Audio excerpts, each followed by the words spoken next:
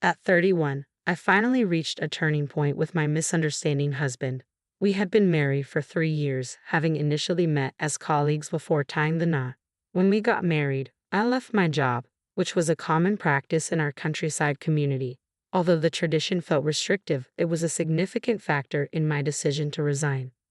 My previous workplace was a small, somewhat insular company with a notably old-fashioned ethos reflecting its local roots. In that environment, it was nearly unthinkable for a married couple to continue working together, especially given the prevailing attitude that married women should not hold full-time jobs. This societal norm, coupled with the company's outdated views, made it clear that my role there was no longer sustainable. At my new job, I was treated like little more than an intern, while my husband remained in the same department as before. My responsibilities were limited to menial tasks such as making coffee, photocopying, and cleaning. Work that, while not inherently demeaning, was disproportionately assigned to me. It seemed like a deliberate attempt to push me out, as even the actual trainees weren't relegated to such monotonous duties all day. Discussing the issue with my husband proved futile. It was unclear whether he was even listening or simply avoiding the topic, perhaps because he feared that if I became a stay-at-home wife, we'd lose our financial flexibility. One day, my mother called to suggest I reach out to my cousin after hearing about my frustrations at work. She had discussed my situation with various relatives and acquaintances, and as a result, my cousin connected me with a job opportunity. A company where one of his classmates worked was hiring, and they believed my experience would be valuable, so he encouraged me to interview. I was fortunate enough to land the job, and I shared the exciting news with everyone. However, my husband's reaction was oddly muted. Though I found this strange, his lack of objection led me to go ahead and resign. My resignation was promptly accepted. They had clearly been expecting it. My colleagues, who had been gossiping about me, bid me farewell with insincere cheerfulness. "We'll miss you. Let's go out for drinks sometime. Feel free to reach out anytime." I couldn't help but wonder which of them truly meant it. My new job is located in the neighboring city, which, though smaller than a major metropolitan area, boasts an office district with a distinctly urban feel. Upon joining, I discovered that the company's culture was refreshingly modern. There was no bias based on age or gender, and the diverse workforce included several international employees. The company embraced equality, including fair pay, regardless of marital status. My salary has significantly increased compared to my previous job, to the point where I now earn nearly $10,000 more per year than my husband. This is likely due to the absence of gender discrimination. Both men and women receive equal pay for the same work. I haven't shared this with my husband yet, as I suspect he might have difficulty accepting it given his personality and the norms at my former workplace. My dissatisfaction with the workplace vanished, and I found myself genuinely fulfilled in my new role. However, not everything is perfect. My husband contributes nothing to housework, leaving me to handle everything on my own. Balancing full-time work with managing household chores for two people is incredibly draining. I leave for work earlier than he does and come home quite late, yet he never takes on any household responsibilities. Instead, he spends his time snacking and lounging on the couch, leaving the house messier each day. When I return, I'm greeted with requests like, "I'm hungry. Hurry up and make dinner," or similar demands for food, a bath, or coffee. Just hearing these requests is exhausting. Although I chose to work, and I suppose this situation is partly my responsibility, I now realize I might have been influenced by outdated notions and expectations at the time. Since we got married, my husband has repeatedly insisted on his own correctness while highlighting my shortcomings. He would say things like, "Work is tough because you lack the ability. If you want to manage both work and home, you need to try harder. If housework isn't going well, it's because you're inefficient. Get used to it and improve quickly. And since he chose to work, don't slack off on housework." These criticisms were a constant refrain. In rural areas, it's more common for men not to participate in housework compared to urban settings. Most of the married women I knew handled all household chores themselves, with some even managing childcare, caregiving, and farming. This environment led my husband to make me feel that it was natural for me to take on all the domestic responsibilities. Both my mother and mother-in-law were stay-at-home moms, and many women of my generation were either housewives or worked part-time. Despite being a full-time employee, I may have grown numb to the situation, simply accepting my husband's expectations and continuing with the housework as he dictated.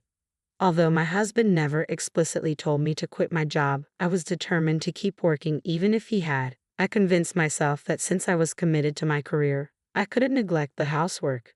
This routine persisted for a while.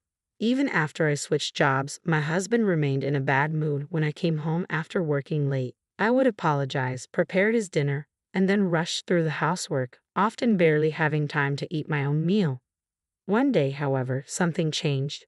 My husband found my wage statement, which I had carelessly left in a drawer. He stared at it in silence, and despite my attempts to downplay it by saying things like, "It's just because of overtime this time," or "maybe you'll earn more than me soon," my words had no effect. After that incident, my husband ignored me for days. He refused to speak or even look at me when I tried to communicate. Even if I stumbled or made a noise, he would completely ignore it. Eventually, I stopped attempting to engage with him, and just as I adjusted to this silent routine, he abruptly broke his silence. One evening, as I entered the living room after coming home, he shouted, "I'm home. What time do you think it is?" At my current job, there's a core time everyone is expected to be present, but the exact hours for arriving and leaving aren't strictly enforced, leading to varying departure times.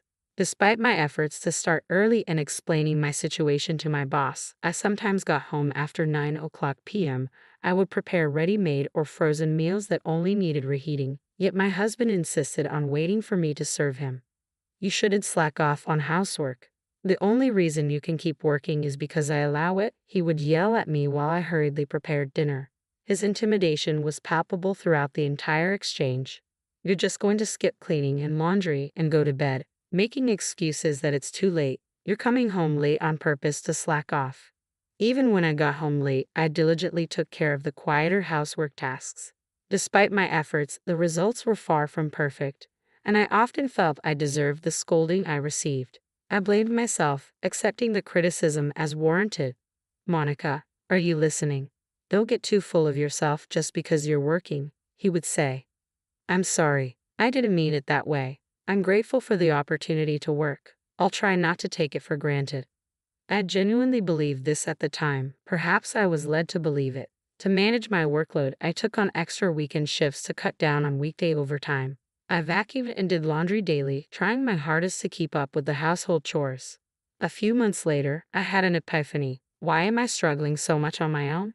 The realization came after seeing a colleague's lunchbox. Her husband was responsible for cooking at their house and even prepared her lunch. I was taken aback, but my other colleagues seemed unfazed.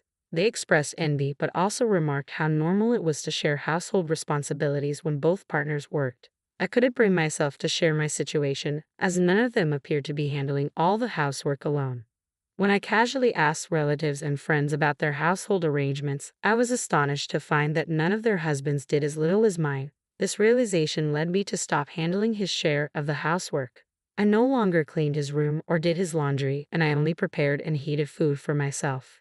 His yelling didn't bother me. I felt a healthy adult should be able to take care of themselves.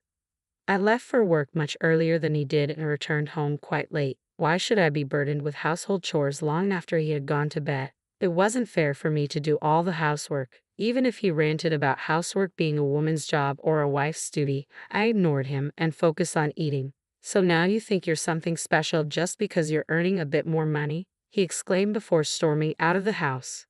As I watched him leave, my heart felt cold. His focus on money and the insults he hurled at me made me realize that all my care and effort had been in vain. I couldn't endure it any longer. The next day, he stopped coming home. I assumed he would reach out if there was an issue, so I left the situation alone, only to find out he had moved back in with his parents. Whenever he returned to collect his things, we would have brief and tense discussions. Each time, he resorted to abuse and even shoved me a few times. It was supposed to be a final chance for us, but it felt futile. I was willing to consider rebuilding our relationship if he showed any willingness to compromise, but his actions made it clear that was impossible. Having made my decision, I began the process of filing for divorce. First, I casually brought it up with my mother during one of our regular conversations. She was very supportive, telling me that I had been patient enough and that the decision was long overdue. Next, I reached out to my mother-in-law on a weekend when my husband wasn't around. Although we didn't see each other often, she had always been kind and caring. She was initially surprised by my decision to consider divorce but assured me she would support me. After these discussions, I visited a lawyer to start the formal process. I presented evidence of my husband's behavior, including a timeline of events, my personal diary, photos of bruises from when he had shoved me, and recordings of his verbal abuse. The lawyer noted that while it was a borderline case for domestic violence liability, the evidence was substantial and worth pursuing. I decided to forgo dividing our assets in exchange for not asking for alimony. I rented a room near my workplace and began packing my things. On moving day, I confronted my husband to settle our affairs. He had been buying meals from the supermarket and coming home daily as he didn't want to inconvenience his parents.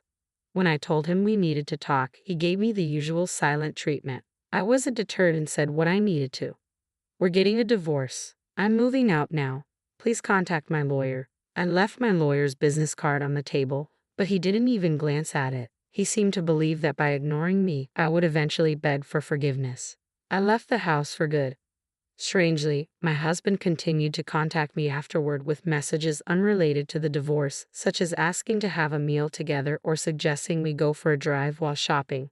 When I ignored his messages, he sent even more desperate emails, accusing me of being stubborn and insisting he would forgive me if I came back and apologized. At the lawyer's office, he exuded overconfidence, expecting me to be the one in trouble and to break down in tears.